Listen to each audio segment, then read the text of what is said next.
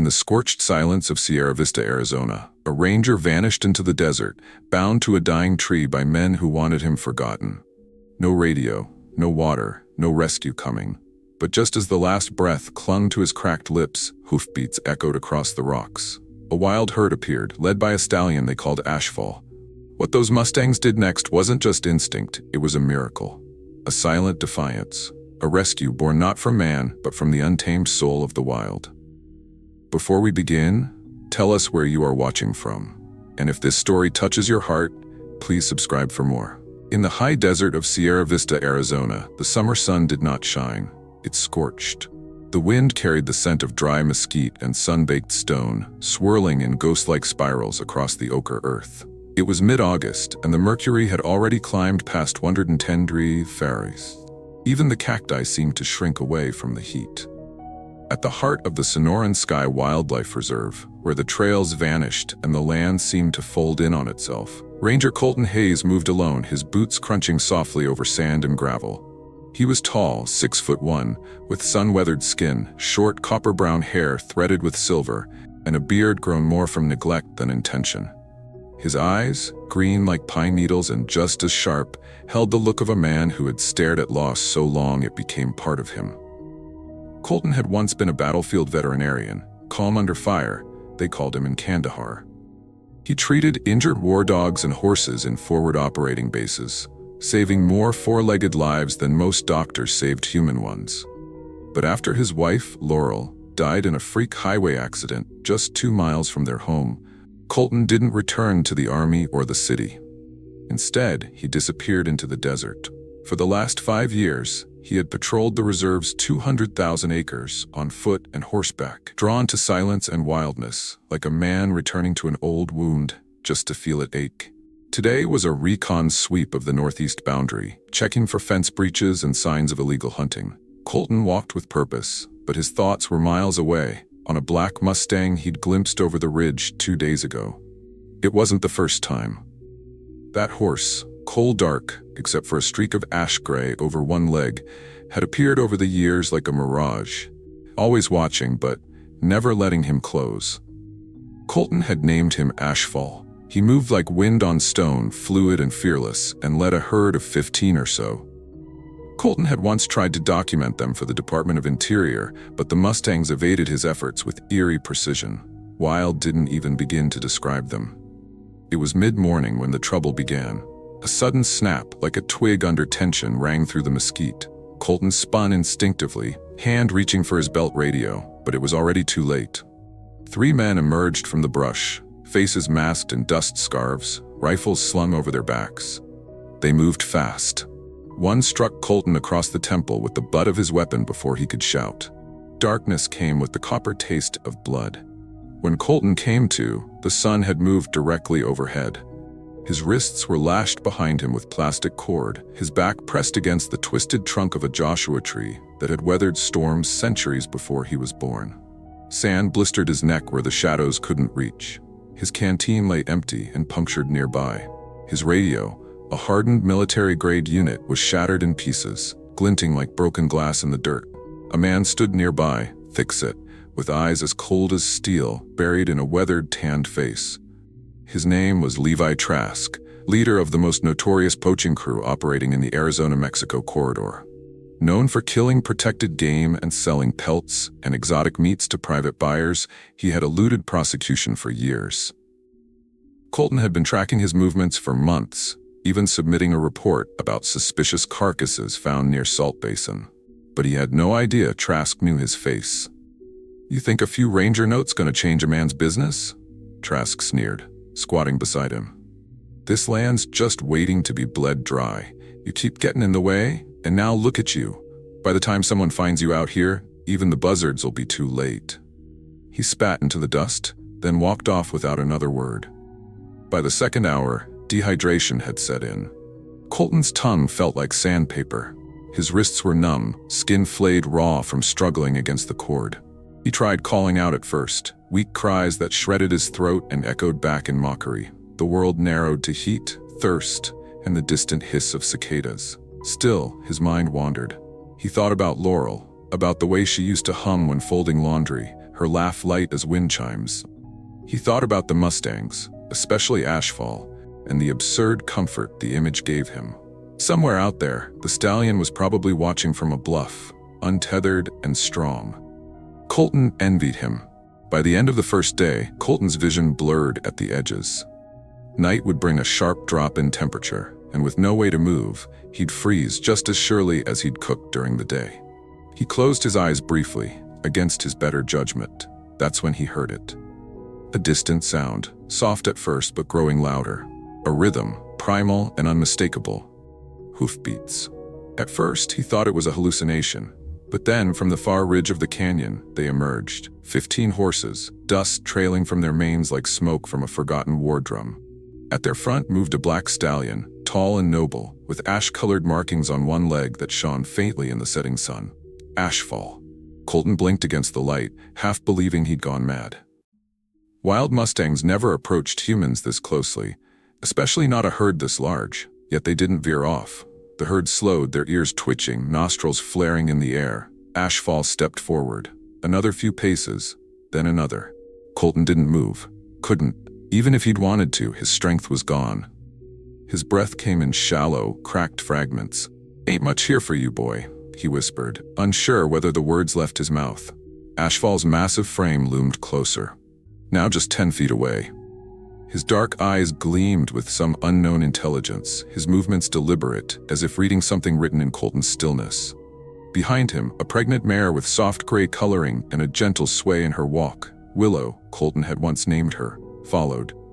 The sun dipped lower, casting long golden streaks across the land. The horses did not flee, they watched. And somehow, in that sacred stillness, Colton felt something ancient stir between them. The desert was a furnace by day, but by late afternoon, it became something else. Hushed, solemn, almost reverent.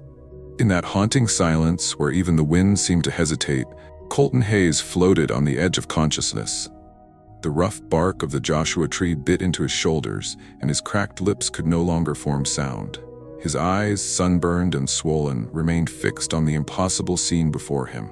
Ashfall, the wild stallion he had tracked for years without success, stood less than 6 feet away, his black coat shimmering like obsidian in the dying light. Ashfall was massive, easily 16 hands high, with a white blaze on his right leg that looked like a streak of ash smeared by storm wind. His presence wasn't just physical, it radiated authority. Around him, the herd held its position, young mustangs with curious eyes, mares heavy with foal, and old scars crossing flanks like tribal markings. Among them was Willow, the gray mare with the wise gaze and gently rounded belly, her steps slow and calculated, as if she bore more than just a foal. Perhaps a message from a world Colton no longer understood. Colton's breath came in faint rattles. "Why?" he whispered, though he wasn't sure the word ever reached them. Ashfall lowered his head, sniffed the air, then turned abruptly. He began pawing at the earth with strong, rhythmic strokes. Dust clouded around his hooves. Colton watched, half in awe, half in delirium. Then, just as suddenly, Ashfall paused, sniffed again, and resumed digging with intensified urgency. The other horses stood silently, as if holding vigil. Minutes passed. Then something dark and wet shimmered in the shallow hole, water. A small spring just beneath the crust of sun-cracked earth, brought forth by the instincts of a wild stallion. Colton wept silently. The water was only feet away, yet it might as well have been oceans. He closed his eyes, surrendering to despair. Then he felt breath. Soft and damp, brushing his cheek like the whisper of a forgotten prayer. He opened his eyes to find Willow beside him, her velvety muzzle mere inches from his face. Her eyes were large, warm, and impossibly intelligent. Water still clung to her whiskers. She leaned forward, slowly, deliberately, and touched her muzzle to his lips. A single droplet traced the corner of his mouth, and then another, just enough to wet the cracked skin. It wasn't a mistake. It wasn't instinct. It was choice. She stepped back. Another mare approached. Then a young stallion with a blaze-shaped star on his forehead. Each brought droplets of water, delivered gently from their muzzles to Colton's lips. It wasn't enough to quench, but it was enough to survive. As twilight deepened and the heat gave way to creeping chill, Colton drifted in and out of awareness. He saw shadows shifting, horses repositioning, moving slowly like drifting clouds. and then Willow again. She stepped forward and, with a groan of effort, lowered herself to the ground beside him, pressing her warm flank against his side. Colton gasped at the warmth. His body, which had been shutting down by degrees, surged with fragile heat. A young mare joined her, curling on his other side. Then a dun-coated colt, barely past weaning, nestled in near his legs. A half-moon rose, pale and watchful. The desert turned silver, and in that sacred circle of breath and hide and heartbeats, Colton survived the night. Far above, on a rocky overlook, two eyes watched from the dark. Not human eyes, but keen and calculating, those of Coyote, an aging, lanky predator with a patchy coat and one torn ear. Coyote had lived in this desert longer than any ranger. He was thin, with sharp ribs and a limp from a long-ago trap. But he was smart, and what he saw now he did not understand. Horses protecting prey instead of fleeing from it. He slunk back into the rocks, uncertain. At dawn, the temperature dropped just enough for dew to kiss the edges of the shrubs. A pale light spilled across the horizon, turning the world gold. The horses stirred, but did not leave. Colton awoke slowly, the haze lifting only when he saw Ashfall standing once more near the shallow spring. He was not grazing. He was watching. Colton's head lolled to one side as hoofbeats neared. Another Mustang, this one a tall, cinnamon-colored gelding with black stockings and a single nick in his left ear, approached Ashfall and began nudging his shoulder with urgency. The interaction was brief but full of unspoken signals. Ashfall tossed his head once, then whinnied, a low, rolling call that startled a hawk from a nearby mesquite tree.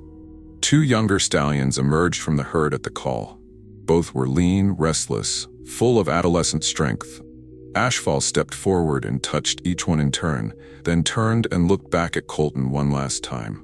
And with that, the three stallions galloped west, dust rising in their wake toward the only man-made trail that led to the ranger outpost. As they vanished into the canyons, Colton blinked slowly. Whether he was hallucinating or witnessing a miracle, he no longer cared. Something ancient and wild had chosen to intervene, and he would hold on to that thread for as long as it took. Night in the high Sonoran Desert was not merely cold. It was ruthless. As the last shimmer of dusk dissolved into a moonless void, the land seemed to harden, every stone colder, every gust of wind sharper. Colton Hayes trembled beneath the Joshua tree where he remained bound, the cords biting into his raw wrists. The warmth granted by the horses earlier in the day had faded, replaced by creeping, bone-deep chill. Yet he was not alone. A living wall of wild muscle and breath surrounded him. Willow, the pregnant mare, lay curled on his right side, her ribs rising and falling in slow, steady rhythm. Her belly shifted faintly with the movement of the foal inside, life within life, pressing heat against Colton's near-frozen body. On his left, a young roan stallion rested with his back turned slightly to the wind, shielding Colton's torso. In front of him, barely a yearling by its narrow limbs and awkward frame, a piebald foal curled like a pup, legs folded neatly beneath its chest. Colton had seen things during war. Camaraderie between soldiers, battlefield miracles, even the odd mercy shown by enemy hands. But nothing in his years could explain what he was witnessing now. Wild animals, not only sensing his pain, but moving deliberately to keep him alive. It was a communion without language, a pact made in silence. His eyes closed, though not from sleep, from memory. He saw Laurel. She had been tall and graceful, with auburn hair and a voice like dusk, soft, comforting, and tinged with something permanent. They met during his veterinary rotation at Fort Sam Houston, where she worked as a wildlife photographer doing a special on military working dogs. She had this laugh, Colton remembered, that didn't burst out so much as slip between words, like the breeze between window panes.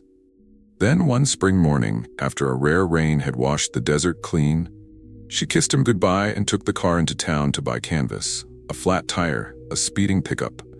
A twist of fate as violent as it was senseless. Her funeral was rainless, bone dry like everything else in Arizona that year. Colton had retreated to the reserve not just to escape the world, but to erase it. He exchanged neighbors for coyotes, silence for sleep, and mustangs for meaning. And in some twisted way, it had worked. Until now. Until these animals had broken the unspoken wall he'd built between his heart and the rest of the living. Ashfall was nowhere in sight. That absence pulled Colton out of his memories like a sudden wave. The stallion had been there hours earlier, watching from the ridge, but now gone. From his place beside the tree, Colton scanned the surrounding terrain. The other horses milled quietly, occasionally snorting or pawing the ground, but Ashfall and the two younger stallions were missing. A pang of fear rippled through him, not for himself, but for them. Had something happened? Unbeknownst to Colton, they were racing through the low canyons by moonlight, hooves pounding like war drums across stone. Ashfall led, his instincts honed sharper than any GPS. The younger stallions, Ember and Flint, followed with eager strides, both barely 3 years old and full of raw strength. Ember was a chestnut with a single white stripe down his muzzle, brave but hot-headed. Flint, a darker bay with white socks, was leaner, more cautious, constantly glancing back for Ashfall's signals. Their bond was that of blood and challenge.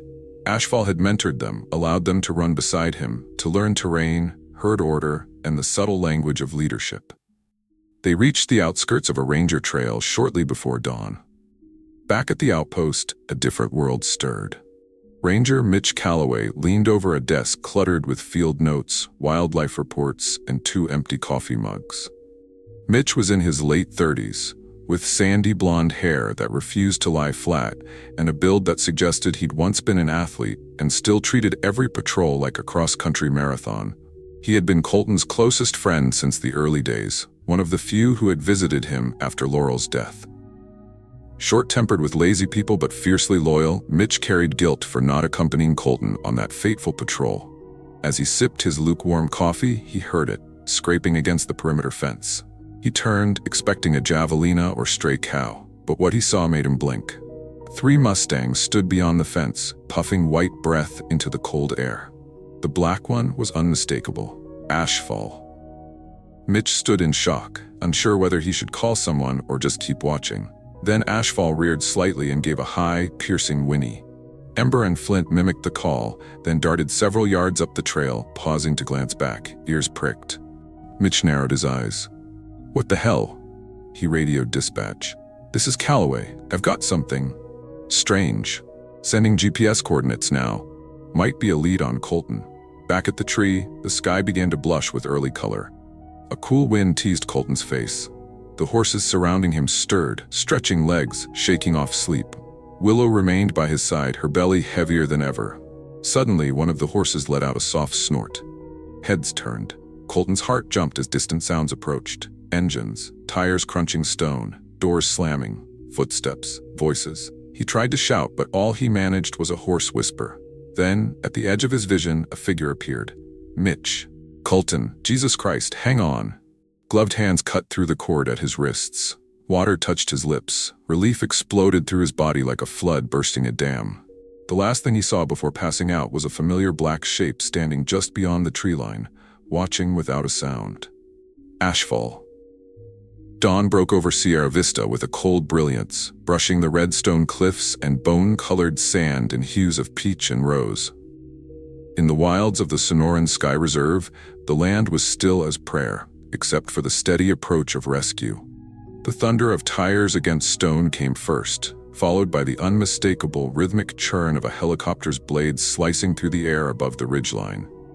To Colton Hayes, fading in and out of consciousness beneath the Joshua tree, those sounds were music. The herd stirred around him. Willow lifted her head first, ears pivoting toward the noise. The foal at her side trembled, but did not move. The young roan stallion beside Colton let out a low whinny, uncertain whether this approaching chaos was friend or foe. A door slammed. Boots hit dirt. "Colton, I got eyes on him." The voice was Mitch Calloway's, rough with adrenaline and disbelief. Moments later, the ranger appeared, his figure outlined against the morning sky. He dropped to his knees beside Colton, eyes wide with shock at the sight before him. The ropes, the sunburn, the half-dead man surrounded by wild Mustangs who made no move to flee. "Jesus," Mitch breathed. "You aren't kidding." Behind him came 2 more rangers from the emergency response team. First was Trina Delaney, a short, wiry woman in her early 30s with a sharp bob of black hair and eyes that missed nothing. Known among the team as Triage Trina, she was relentless, pragmatic, and spoke in clipped, efficient sentences. She had grown up in Phoenix, raised by a single father who worked as an EMT. and had learned early how to read signs of trauma before they became fatal. The second was Hector Ruiz, taller, broader, with kind brown eyes and a soft voice that made him the unofficial emotional anchor of the team. A former firefighter who transitioned to wildlife rescue after a back injury, Hector was known for his gentleness, especially with animals. As they approached, Ashfall emerged from behind a mesquite bush on a nearby slope, watching everything from a distance. Trina dropped beside Mitch, her hands already moving to check Colton's pulse. Dehydrated. Skin's like paper. How long has he been out here? Over 30 hours, Mitch said. Poachers tied him up. He said his radio was smashed. Hector crouched and looked toward the Mustangs. They're not attacking? They've been guarding him, Mitch replied, still stunned. That stallion, he led us here. You believe that? Ashfall stepped forward just enough to let the wind carry his scent, then stopped. His eyes, deep and steady, locked with Mitch's. Then, satisfied, he turned and trotted back toward the ridge. Ember and Flint followed. In minutes, the herd melted into the horizon. Colton's head lolled to the side. Don't let 'em round him up, he whispered, barely audible. Trina gently placed a hydration tube in his mouth. You just stay alive for now, cowboy. 2 months passed. Colton recovered in a small clinic on the edge of Sierra Vista. His burns healed slowly. His voice, hoarse for weeks, returned just in time for a bureau interview. The story he told about wild horses guarding him, giving him water, keeping him warm, was met with skepticism. One official asked if he'd been hallucinating. Another suggested he had conflated dreams with memory. Only Mitch believed every word. You saw him too, Colton said.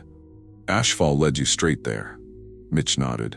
I've been seeing strange things ever since. They're watching us now, like they've changed. Colton had changed too. He didn't return to his ranger patrol. Not immediately. Instead, he spent his days in the fields just outside the reserve, observing from a distance, camera in hand, radio off. He didn't want to chase the Mustangs anymore. He wanted to listen. That's when he saw her. Willow. She stood alone one morning by a trickling stream, flanked by a small, trembling foal. The colt was dapple gray, with a thick blaze down its forehead and one leg dragging slightly in the dust. Colton's breath caught. He approached slowly, kneeling a dozen feet away. Easy, girl, he said softly. Willow's ears flicked forward, then back. She didn't run. The foal stared at him, eyes wide and unblinking. He recognized the limp instantly. Congenital, likely a malformed joint or tendon shortening. Without intervention, the foal wouldn't survive long in the wild. But Willow had not abandoned him.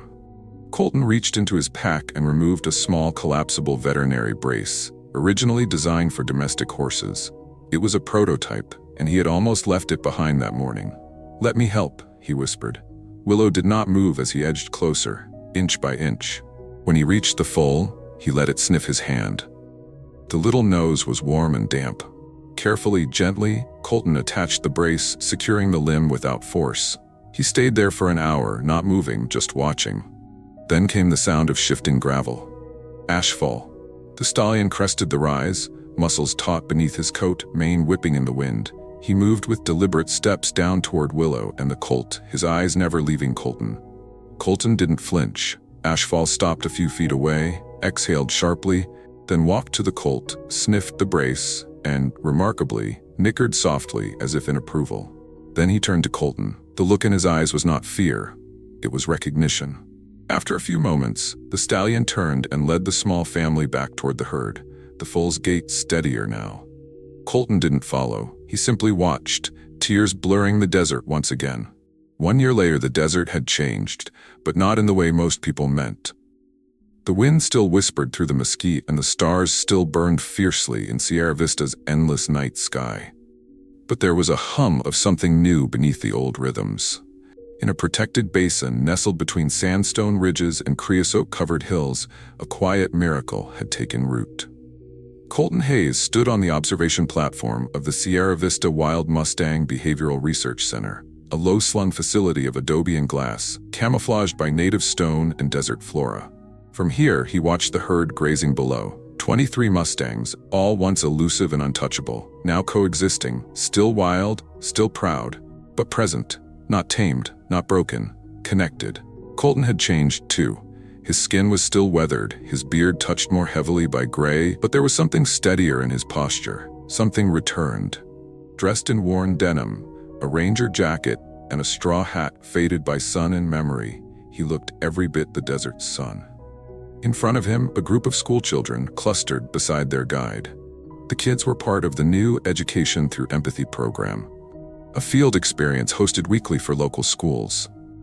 It was the dream of Sarah Yoon, the center's education director, a woman of Korean and Mexican heritage in her early 40s. Tall and willowy, with deep-set eyes and a voice like flowing water, Sarah was known for her ability to quiet a room simply by entering it. A former child psychologist who had worked in urban trauma centers, she had left the city after a personal burnout and sought solace in nature.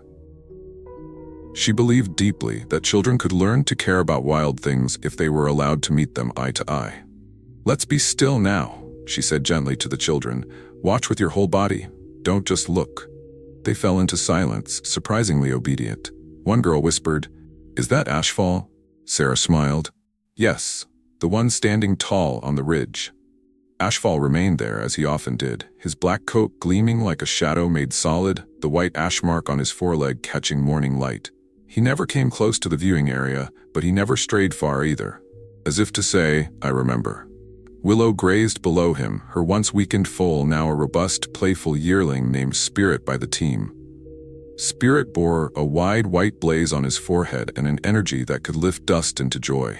He trotted between mares and younger foals, kicking at desert flowers and darting between creosote shadows. His limp was gone, thanks to early intervention and Colton's modified brace therapy, now a standard practice at the center. Inside the visitor center, the auditorium filled with a more serious audience, scientists, policymakers, and members of Congress. Colton adjusted the microphone at the podium, then glanced at the slideshow behind him.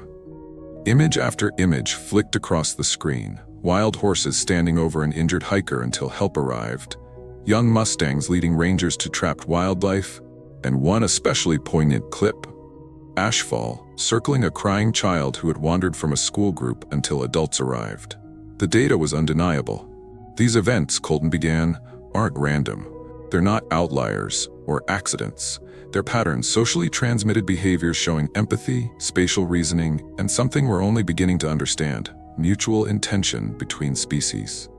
Beside him sat Dr. Ezra Mendel, a behavioral ecologist with wild white hair and mismatched socks. Though past 70, his mind was keener than ever.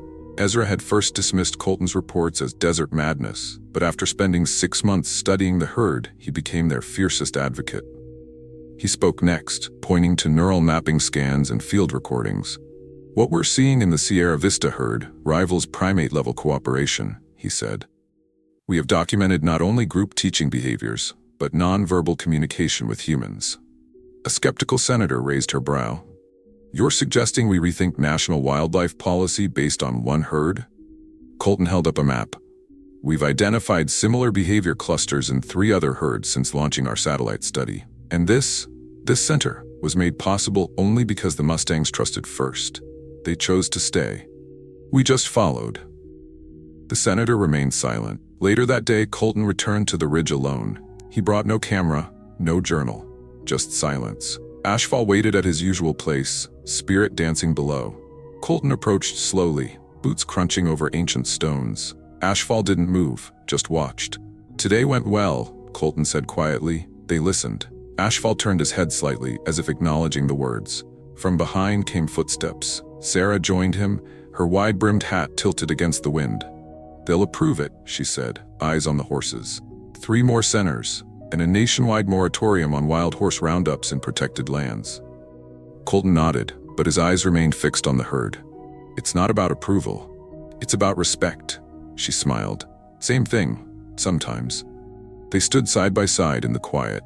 Ashfall turned toward the horizon, then looked back at them. 2-legged keepers of paper laws, watching a wild king decide whether to let them stay. And he did. Sometimes the most powerful connections are formed in silence, beyond language, beyond expectation.